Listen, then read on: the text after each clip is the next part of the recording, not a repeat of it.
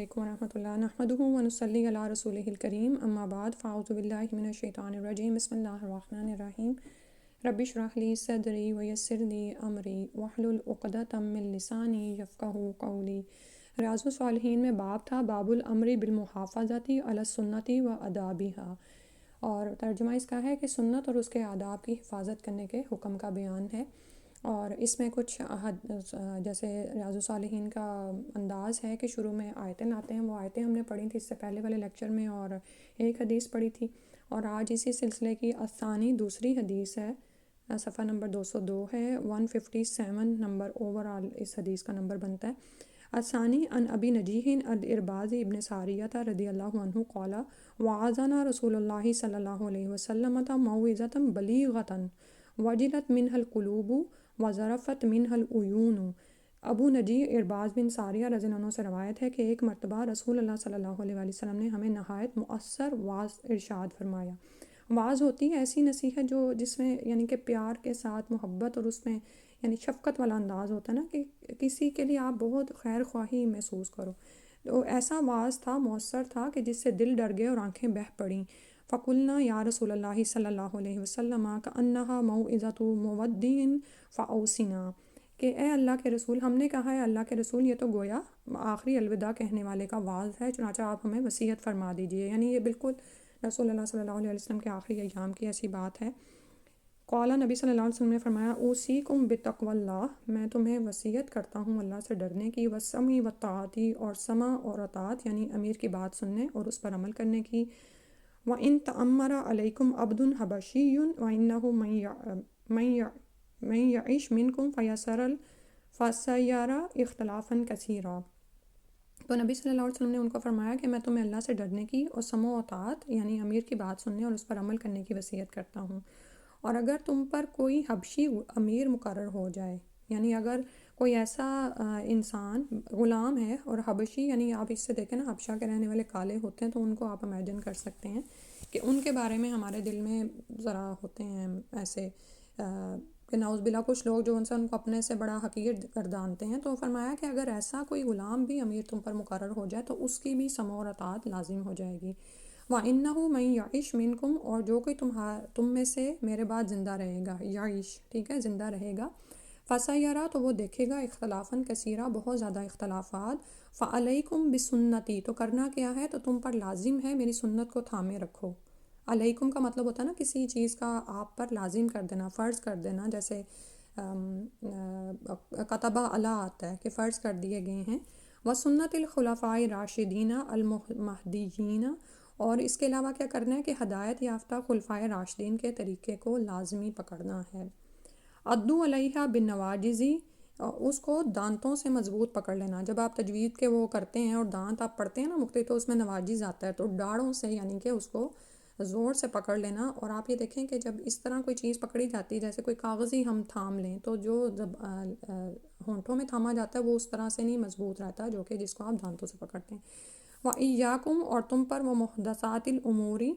کہ دین میں نئے نئے کام یعنی بدعات، محدثہ ہوتا ہے نا، حدیث بھی بات کو کہتے ہیں، تو جو نکالی گئی ہو کوئی نئی بات، الامور یعنی کہ کوئی ایسے نئے احکامات جو دین میں نکالے گئے ہوں، ان سے بچ کر رہنا ہے۔ وَإِيَّاكُمْ یعنی ان سے آپ نے بچنا ہے۔ فَإِنَّ كُلَّ بِدْعَةٍ ضَلَالَةٍ، کیونکہ بے شک ہر بدعت دلالت ہے، گمراہی ہے۔ رواہ ابو داؤد الترمذی وقال حدیث حسن صحیح، ٹھیک ہے۔ تو اب یہاں پر وہی جیسے ابھی جو بات ہو رہی تھی نا، وہی چیز ہے کہ آگے آگے جو انسان آگے کو چلے گا تو ہو سکتا ہے کہ ایسی ایسی نئی نئی چیزیں دیکھے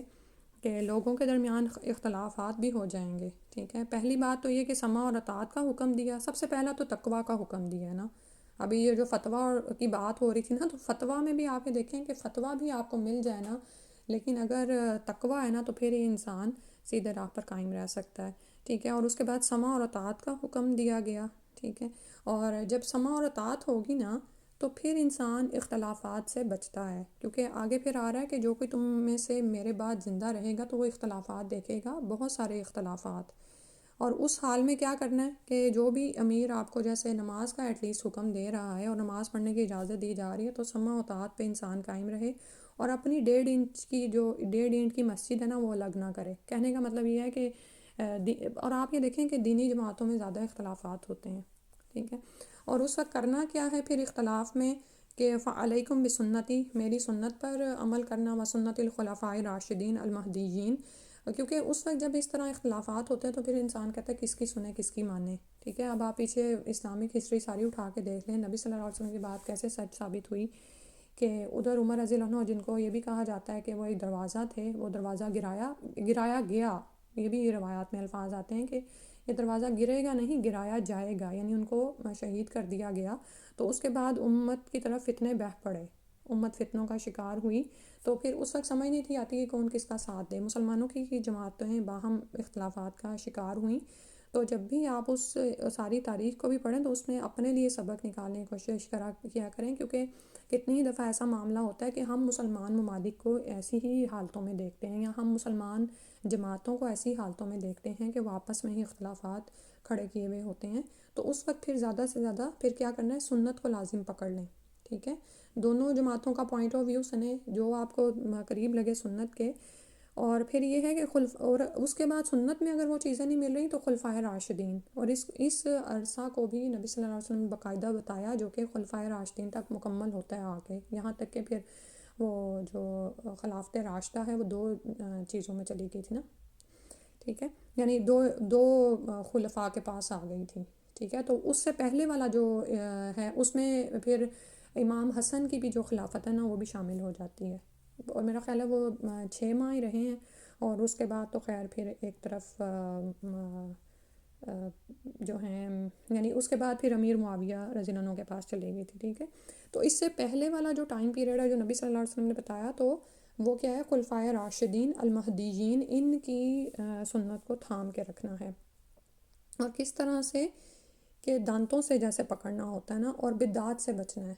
ٹھیک ہے۔ اب جس نے سنت کو پکڑا ہوا ہوگا وہی بدعات کو پہچانے گا نا، اور پھر وہی بات ہے کہ صرف خود نہیں کرنا ہے، معاشرے میں اس کو عام بھی کرنا ہے، نہیں عام کریں گے تو پھر ایک اکیلا کہیں رہ جائے گا، جیسے بھیڑوں کے گروہ سے الگ بھیڑیں ہوتی ہیں نا بہت ساری، اس میں سے کوئی ایک بھیڑ نکل جائے تو اس کو بھیڑیا کھا جاتا ہے، ٹھیک ہے، یعنی بعض اوقات ہم بڑے سیلفش ہو جاتے ہیں اور ہم کہتے ہیں کہ نہیں اس دین کو پھیلانے کی کیا ضرورت ہے، اور ہم تو سیو ہیں نا، ہمیں تو نالج ہے، ہم تو کر رہے ہیں، اور ہم سم ٹائم نا ہمیں شیطان بھی ڈراتا ہے کہ آپ